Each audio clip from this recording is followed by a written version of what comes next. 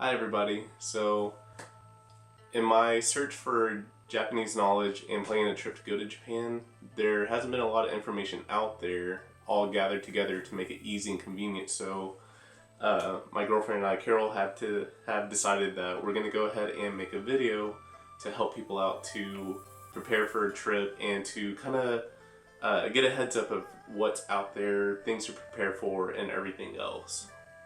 So our first step in preparing for our Japan trip was to research the country itself. Some of,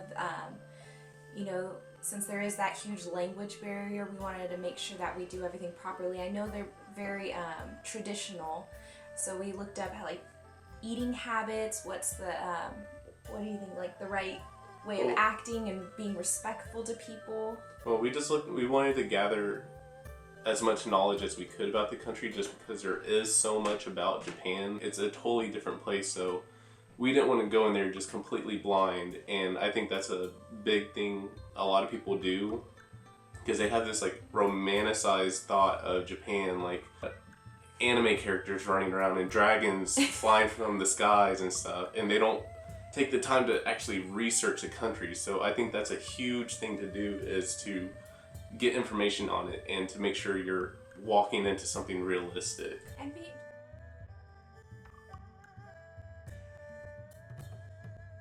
Okay, so I'm just going to go over some things that people think about Japan that are actually huge misconceptions of. And I just wanted to clear them up because it gives you a great idea of the country. One of them is the people. A lot of people think they come off as rude when actually it's just they're conservative. They're actually very, very friendly people. They go out of their way to help you. And a big thing is, unlike other countries like America, when people come over here and try to speak our language and it's broken, we ridicule them for it. In Japan, if you go there and even attempt to speak Japanese and it's ugly sounding and it's horrible, they are so appreciative of the fact that you're trying. So they're very open to foreigners coming in. They welcome them. A common misconception is their cleanliness. Japan itself is actually a very clean country. They really do take extra precautions to be clean. Their streets are very clean. I mean, they always make sure that everything's clean in the restaurants. We actually watched a couple YouTube videos about some sushi chefs, and one of his biggest things was being clean. Always make sure you're being clean with everything. They will clean a dish 3 times just to make sure. And another misconception a lot of people have, especially people that are making trips or trying to plan a trip out there, is how expensive it is. People have this wide idea that, this wide accusation that Japan is this outrageously expensive place to go to, and it's actually fairly cheap. It can be cheap. It can blow your whole budget and make you literally broke if that's the way you go over there. And that's true for any trip. But for us, it ended up being relatively cheap. For about 10 days altogether, it came out to being about $3,500 to $4,000. But that was with like a huge budget of shopping money and just blowing money. So we didn't do anything we're budgeting to not live lavishly in Japan. We're going there to enjoy ourselves. We're going to make sure we're not penny pinching, but we're also not budgeting to live in the Hilton of Japanese hotels and living off $100 plates and everything else. So it can be cheap. You just have to learn how to budget everything, which we will go over in a little bit, but it can be pretty cheap. Also, another misconception is the safeness of Japan. Japan is actually one of the safest countries in the world. They have a complete gun ban. They have the lowest crime rate and homicide rates in any country. So they are very safe. A lot of women are actually relatively more safer walking there alone than any other country. So if you're a single woman just wanting to live the world, be a gypsy, and just experience Japan for a week, you are relatively safe. You are going to be in decent hands of the Japanese community. So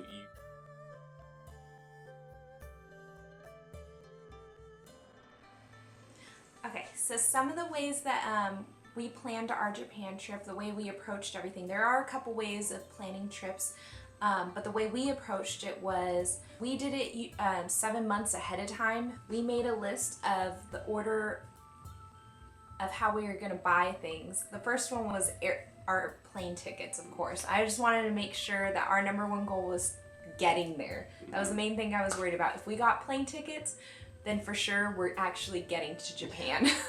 My second goal was buying a hotel. So you want to make sure you have a place to lay your head. So if you make it to the country, wherever you're going, at least you know that you have somewhere to sleep. So it doesn't matter if you have food or anything. But then our third step, of course, was food, and then fourth was extra shopping.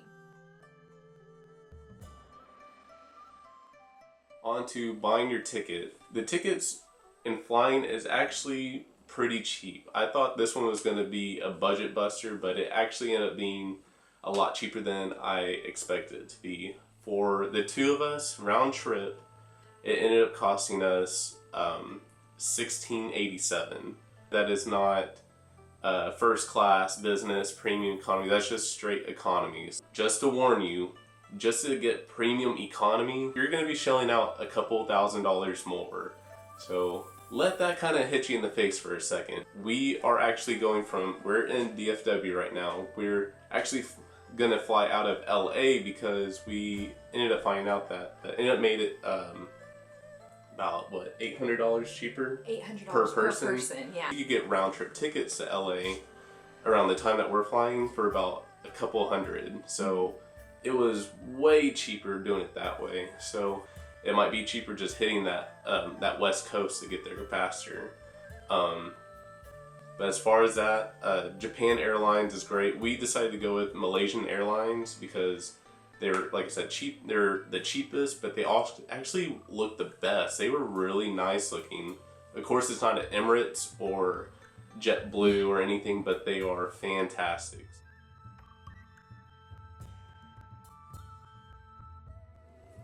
Okay, so the next thing we want to talk about is the hotels. And the different types of places you can stay are first the ryokans. It's actually more like a bed and breakfast type place. You go in and there's actually someone who lays out your bedding for you. So you get the full Japanese tradition. They come in and bring your food and everything. The second option is a hostel, which actually Japanese hostels are really nice. They're not scary like the movie or anything like that. If that is an option for you, then hostels.com or Hostels Nation is very good websites to look at. The third option, of course, is a hotel, a normal hotel, which they have tons of places to stay. I ended up looking at some Japanese websites, which were Japan I Can and Rakuten.com or Rakuten Travel, I think it was. We're staying in a hotel chain called APA, it's APA, and they're really nice. I mean, we got a westernized room just because it is cheaper. Usually the traditional Japanese rooms are going to be a little bit more expensive, about $20 to $30 extra a night, which the hotel was really nice. I mean, it looks really good. It looks like a Marriott or a Hilton. The bedrooms are pretty small. Japan in general, the way their rooms are all set up, they're gonna be pretty small and tight and cramped. So don't expect anything too big from anywhere you stay unless you're willing to shell out like $500 a night. Yeah. It's gonna be pretty small, but they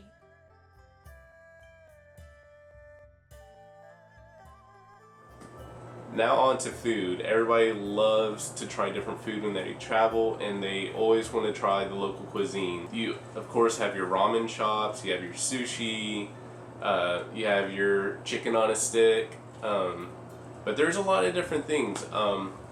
Mentioning the ramen is huge, and you could get authentic, good ramen for anywhere from $5 to $7, and you can get it off the side of the street. It is phenomenal. It's great stuff. It beats the packaged stuff we have back here at home. The sushi, always great, especially if you get it near the fish market. I heard it's top notch. You will never find it better anywhere else. But there's different options. From what I hear though, if you're vegetarian or vegan, or you have any of these complex-based diets, you're kind of going to be having slim pickings. Great places to get food is markets that are underneath stores, like in the basement of stores. They have these like tiny little kitchens that cook food. It's very small, looks very kind of sketchy and bootleg. Evidently that's where you want to be, and that's where you want to get your food. So going to Japan, getting the food, have an open mind. It's not just all rice, raw fish, random green things crawling out of your plate. It's good food, and they have all sorts. They even have McDonald's. You get a Big Mac here, it tastes the same as in Japan. So if worse comes to worse and you just hate their food, you got your Burger King, your KFC, you got everything you need to get through your trip and still enjoy it. So don't worry about the food if that's a big concern for you.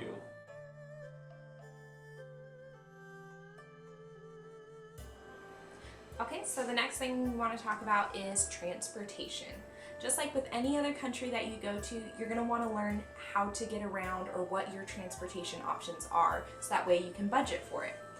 One of the biggest ways of transportation in Japan is trains. But then there's also buses and cabs and also ferries, depending on if you're going across the river or anything. There's called a rail pass, a Japan rail pass, or the JR rail pass, and you can actually use it for the whole country. Depending on, like if you're gonna travel like we are, where we're gonna be there for 10 days, if you're gonna be there a while, this is probably the best investment you can do.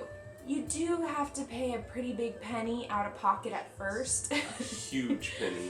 But overall, it ends up being worth it, especially because we're planning on going to Kyoto, which is a pretty long train ride. It usually costs round trip about $300 a person, which is exactly how much the rail pass is gonna cost us anyway for 7 days. So instead of just one trip, round trip to Kyoto, we can actually pay for the rail pass to go to Kyoto and everywhere else. Yeah. Like, it's a no-brainer. We have to get that. Come on, people, just get the JR pass. It really is worth it, I hear. And you just go through your own little gate, and you don't have to worry about the kiosk or anything.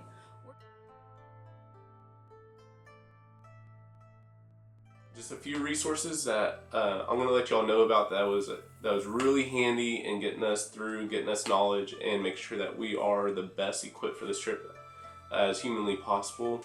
The first one that I'm going to go over is the apps that we use. One is a converter app. It converts the dollar to yen and shows you how much you're paying for everything. Another great one is Japan Goggles. You take a picture of writing and it automatically converts it to English. Great if you didn't take the time to learn Japanese, or there are 20 different ways they write a word, so it's great. Another one is Tourist. This is an awesome app. You sit here and you're going around pointing it, and it moves as you move.